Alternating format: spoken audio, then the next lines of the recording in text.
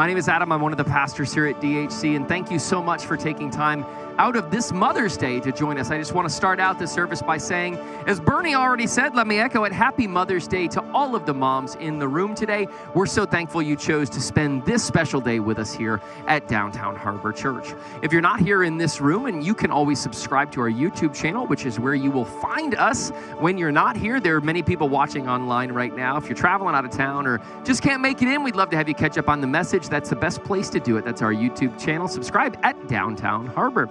June 13th is our beach baptism here at DHC. This is a powerful moment in the life of our church where people go public with their faith. They've crossed the line of faith. They said yes to following after Jesus, and they go and be baptized. And so we're going to celebrate that together, 9 a.m., June 13th at Lauderdale by the Sea. Here's the deal. We have a number of folks who are being baptized that morning. If you're not being baptized, we'd like to invite you out to celebrate with those people who are. We want to make this kind of a thing at our church so we can hear people's stories. We see these people each week, sometimes in this room. And who are these people? How did God change their life? This is a powerful time together that we're going to have a chance to spend. So mark your calendars for June 13th, 9 a.m. We are going to send out some correspondence via email on our mailing list, so stand by for more on that. Serve Local was last week, and we partnered with Broward Partnership for the Homeless. But our next event is Christmas in July, where we are partnering with Joe DiMaggio Children's Hospital in Hollywood. And that will be from 3 p.m. to 7 p.m. on July 17th. And what are we going to do? Well, our team members will help welcome donors to this event, direct traffic, collect and organize donations, and simply be a loving and godly presence for this particular event. So kids 11 and up are able to actually serve. There will be some folks down at the green tent after this service with a sign-up sheet should you be interested in our next Serve Local event, Christmas in July, July 17th, Joe DiMaggio Children's Hospital. And then our ladies are taking a fall road trip. How about this? To go see old Joyce Meyer at the October 22nd through the 24th. Now, is there a bus involved in this? Is there some type of motor vehicle bus? We don't know. We don't know how they're getting there, but we're going to work on this. I'm glad to see that Joyce is still going. I thought that Joyce retired, didn't you? But Joyce, by hook or crook, is showing up in Tampa. Wouldn't you believe that, at the Love Life Conference? And if you're interested in part, I'm thankful she's still going. Can you believe that? Speaking of, so if you're interested, you can scan the QR code at the end of the service, and we'll make sure to get you some information on that. Speaking of seasoned gals, there's the old QR code. She's here every week at the Downtown Harbor Church, showing up looking fresh. If you want to connect with us with any way, shape, or form, that QR code's your one-stop shop for all things DHC. You can say yes to volunteering, submit a comment or a prayer request, or even contribute financially. Say yes to Joyce Meyer, thankful for Joyce, and either baptism. If you want to do that, you can do so at the QR code. That QR code is where you can also contribute financially should you choose to do so. It will lead you to our website, soflowchurch.com, or you can do so in the silver tins on the way out. John is back up here today with a very special message. I got a chance to sit through it first service. It was very powerful, impactful. Take a look at the screens. I'm excited about Joyce.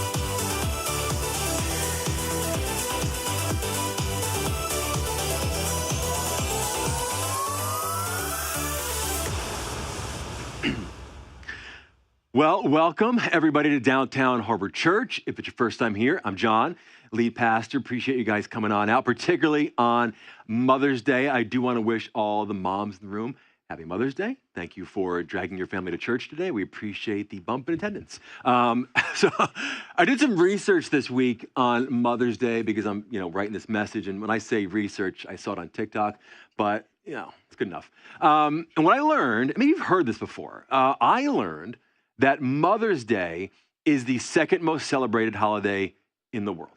Number one is Christmas. Pretty amazing. It's Jesus, then your mom. You know where Father's Day ranks? 20. So, Arbor Day, 16. All right. Just thank God for those trees. So let's talk about Mother's Day for a second. When you think about Mother's Day, like this actual holiday that we're in right now, images of perhaps, brunch with the family. You think about Mother's Day. You think about Hallmark cards that cost just way too much money now.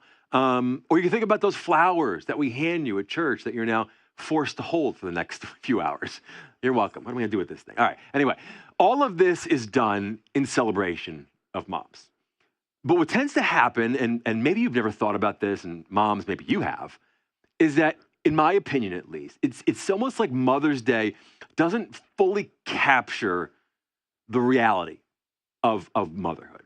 And in some ways, it almost sanitizes, for lack of a better term, the role of motherhood, meaning it overlooks kind of the messy, difficult, and painful parts of motherhood. And when you look at how Scripture treats motherhood, it really leans into the fact that motherhood is full of pressure and risks, hard choices, and faith. And so today what I want to try to do is I want to try to move beyond like a Hallmark Mother's Day, and I want to talk about what the characteristics of a godly mother look like. I want to talk about the tough decisions you moms have had to make. I want to talk about the sacrifices and the prayers and the tears that often happen behind the scenes that go unnoticed, even by your own family. I want to talk about what godly mothers do to really love and protect their children. To do this, I want to look at a woman in the Bible whose name is definitely not the first name that comes to your mind when you think about moms in the Bible, but she is a mom whose faith in God launched a series of events that would change the course of history, that would impact the lives of millions to come. And I would go so far as to say that because of her faith, the world would never be the same again. I want to introduce you to a lady named Jochebed. Now, chances are the vast majority of you have not heard of Jochebed, but I'm going to guess that all of you, even if you're not a church person and somebody dragged you here today, I bet all of you have heard of her son, Moses. And I want to tell you her story today. It's a great story. It's only a few verses long. It's like 5 sentences, but it is filled with profound truth about faith and really what it looks like to be a godly mother. So let me set the scene for her story because the background details do matter. They are very, very important. The drama, if you will, of her story starts in Exodus chapter 1. Now, if you are a church person, you might know the story of Joseph, one of the longest and best stories in the entire Bible. If you don't know it, let me give you the TLDR, the too long didn't read. Joseph was a Hebrew boy whose brothers just didn't like him, and so they sold him into slavery into Egypt. And eventually, because of God working in his life, this Hebrew slave ends up being the prime minister of Egypt, basically the king. Under his reign, many of his fellow Hebrews made their way into Egypt, put down roots. Their families grew. The Bible tells us they became extremely powerful and filled the land. It was a good time. It was. It was very peaceful, very prosperous. Then Joseph died, and a new king, or a new Pharaoh, came into power, and he didn't like what he was seeing. Verse 9 says this. He said to his people, look, the people of Israel now outnumber us, are stronger than we are. We must make a plan to keep them from growing anymore. And so he decides that they are going to enslave the Hebrews. And his hope was that he could crush them with slavery, just wear them out. And he made it brutal for them. I mean, it was bad, but it wasn't working.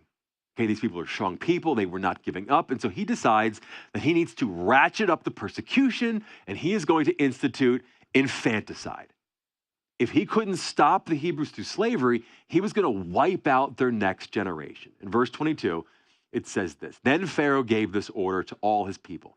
Throw every newborn Hebrew boy into the Nile River. He wasn't going to deport them. He wasn't going to relocate them somewhere else. He's going to kill them. All right? He was going to have every newborn Hebrew boy thrown into the Nile to either drown or be eaten by a crocodile or both. Now, needless to say, this is a very dark time in history. This is not good. And this is absolutely the darkest day in Hebrew history up until this point. Enter Jochebed. Exodus 2, verse 1. About this time, a man and a woman, that's Jochebed, from the tribe of Levi got married.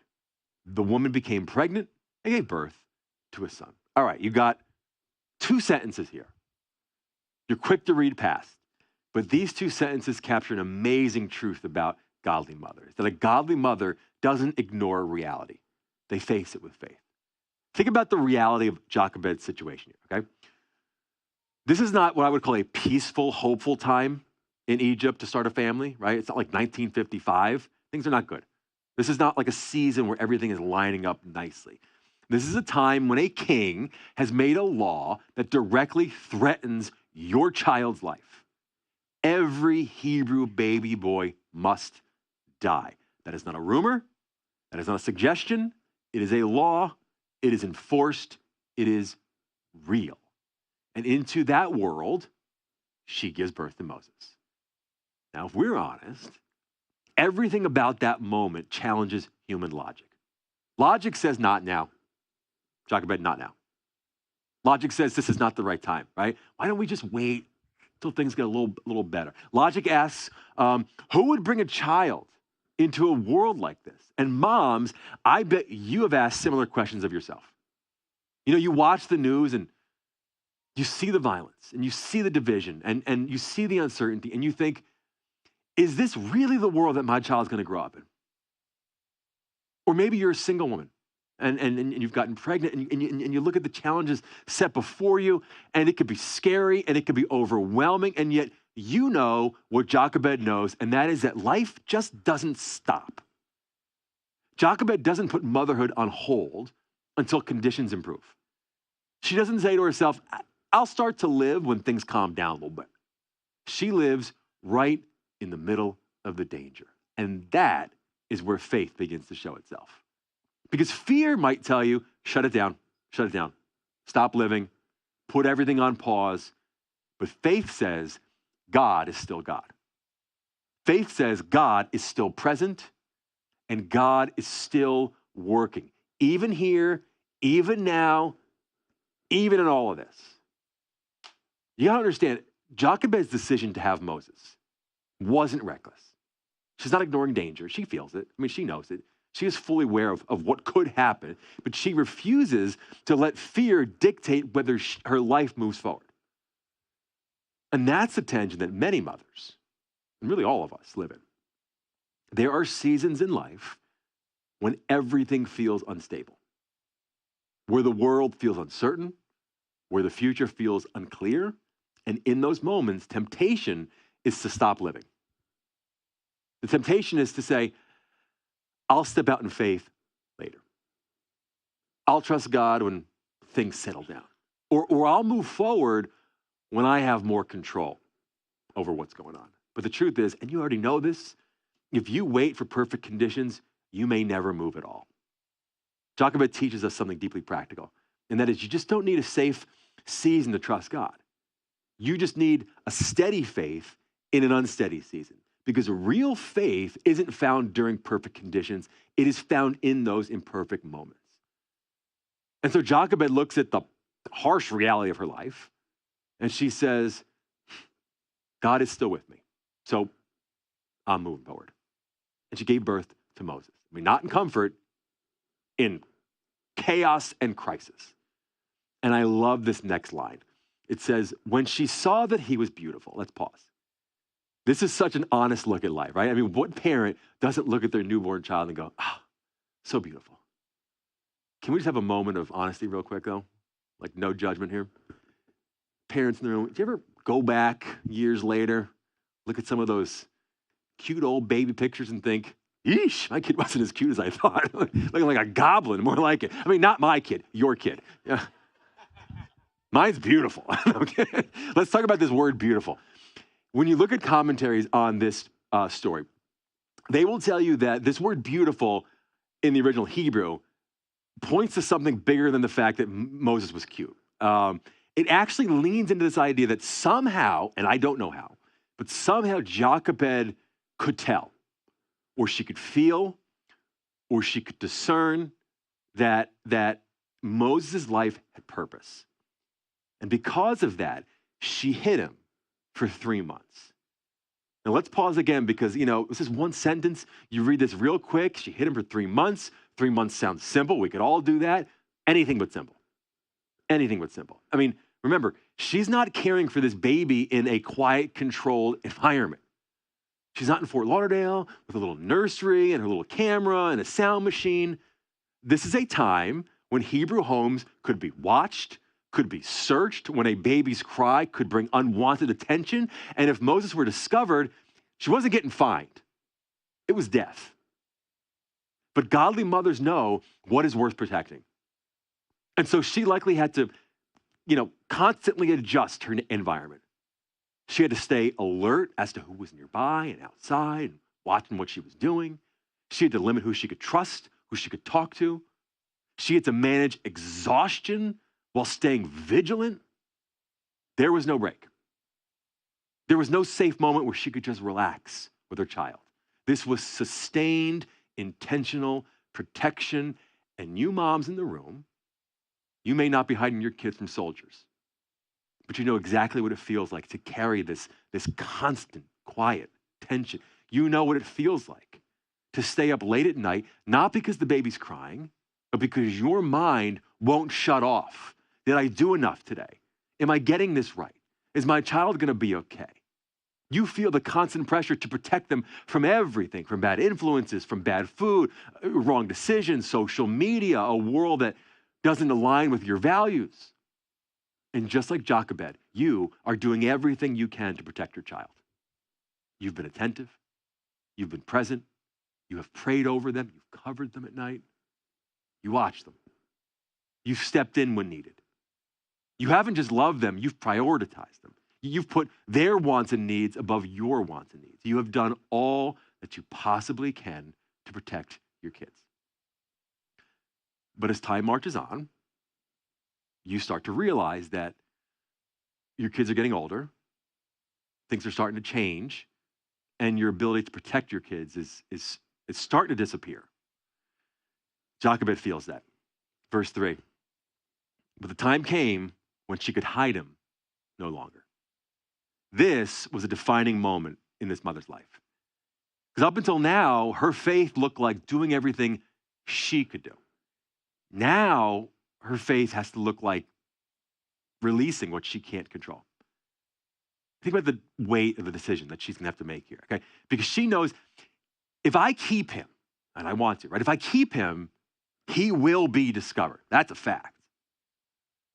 If I release him, I can't control what happens next. That's also a fact. There's no safe option, only a faithful one. Jochebed shows us that godly mothers recognize when it's time to let go and let God take over. Because there comes a time in every mother's life when protection changes. Not because you love your child any less, because you realize you can't control them and protect them the same way you used to. And that's a moment where faith is tested at a much deeper level. See, Jochebed does everything she can.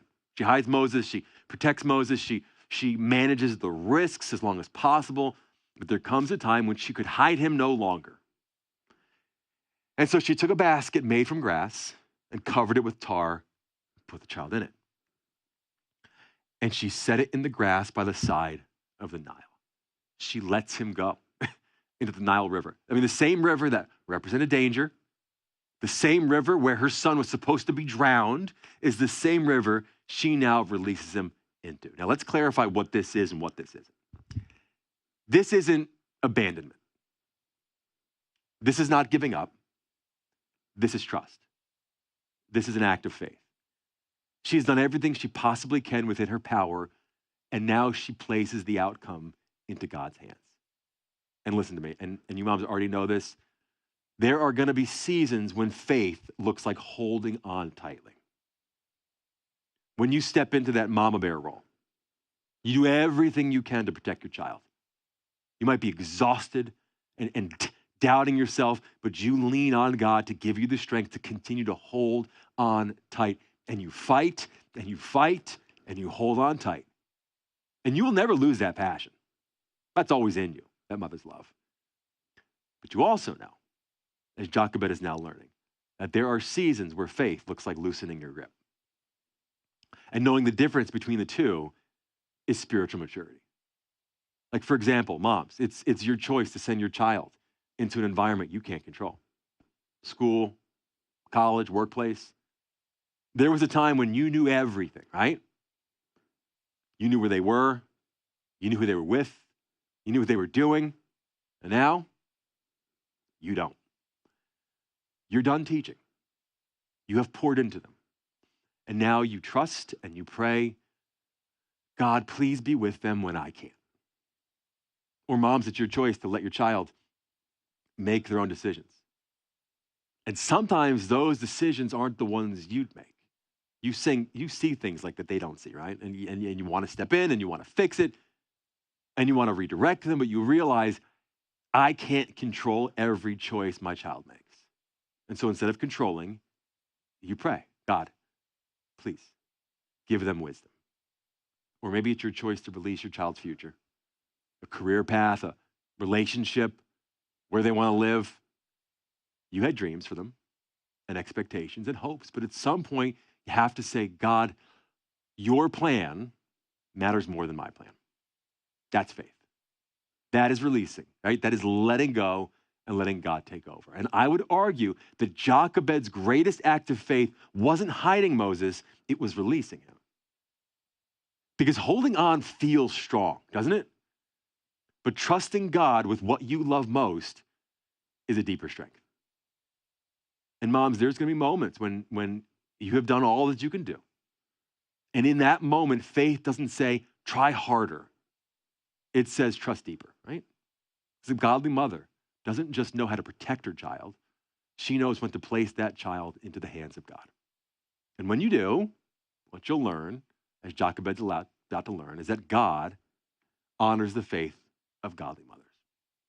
Everything Jochebed has done up until this point has required faith. She chose to not put her life on hold during a dangerous time. She chose to protect what matters most. She chose to act when it was risky, and she chose to release what she could no longer control. And now we're going to see what God does. So she places Moses in this basket, and this basket doesn't just drift aimlessly. It ends up in a place that Jochebed could have never orchestrated. Verse 5. Soon, Pharaoh's daughter came down to bathe in the river, and her attendants walked along the riverbank. And when the princess saw the basket among the reeds, she sent her maid to get it. And when the princess opened it, she saw the baby. Now, I want you to imagine this scene for a moment, as if it were a movie, okay? You have Jochebed is somewhere hiding in the reeds, watching this. Can you imagine what she must be feeling? I mean, her heart must be pounding.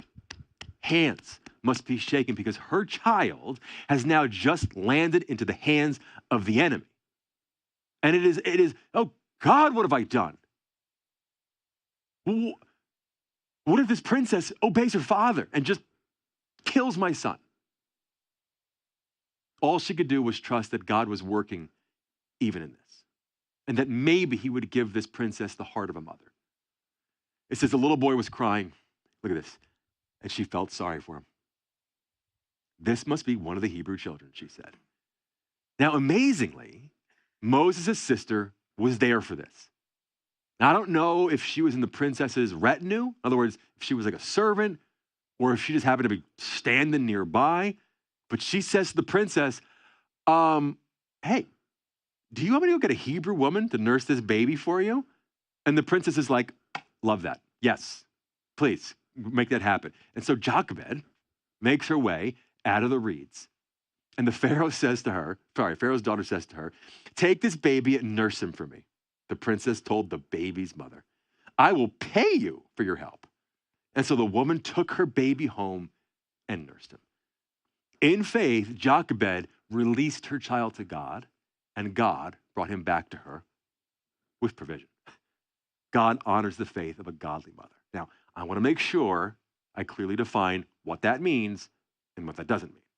Because God honoring faith doesn't always mean that everything works out quickly or perfectly, or that prayers are answered the way we expect them to be answered. Okay, Jochebed, her story is powerful. It is specific. So when we say that God honors the faith of godly women, we mean that God sees what others don't. God values what others don't. And God works in ways that we can't always see in the moment. See, most godly mothers won't have a moment as dramatic as a basket in the river. You might, probably not. But most mothers will have countless quiet acts of faith. Like the mother praying for her child year after year.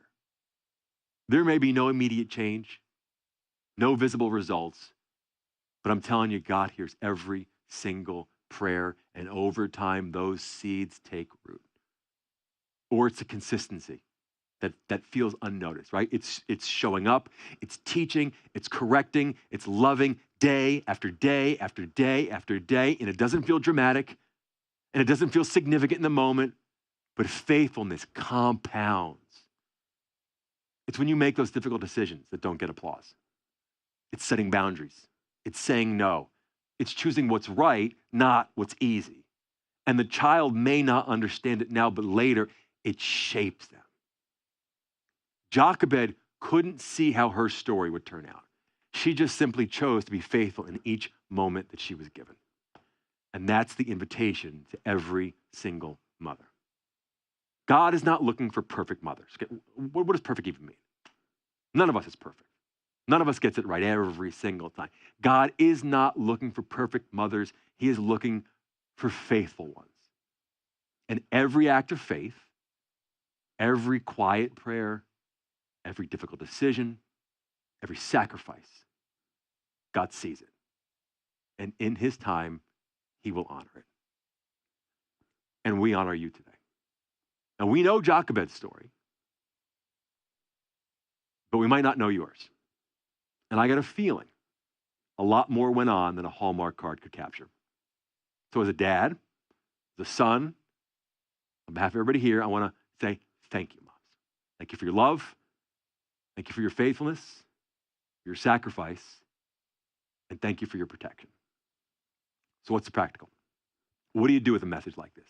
It's the first time here at DHC, every single week, we put this word on the screen because we want to make sure you can leave on a Sunday and know exactly what to do with what you've heard. So I want to just talk to the moms in the room. Now, I don't want to tell you what to do because you already know. I'm going to put a couple of things on your radar, okay? First challenge is this. I would love for you to just think about identifying what matters most and protecting it intentionally. Take a moment this week to just really ask, what in my child's life right now, right? What matters most right now? Because not everything needs the same level of attention, and not everything needs the same level of protection.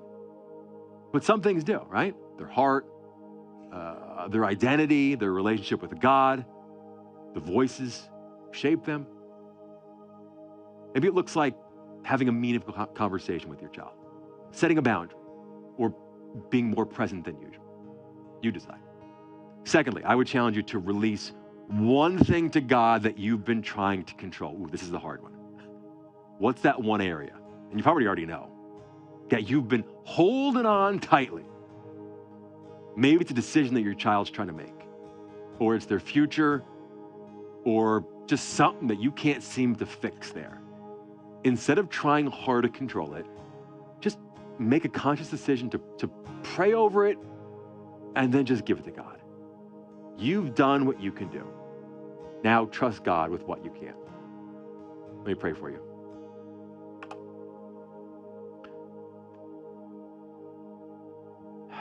Dear Heavenly Father, I just want to thank you for mothers, for all they do,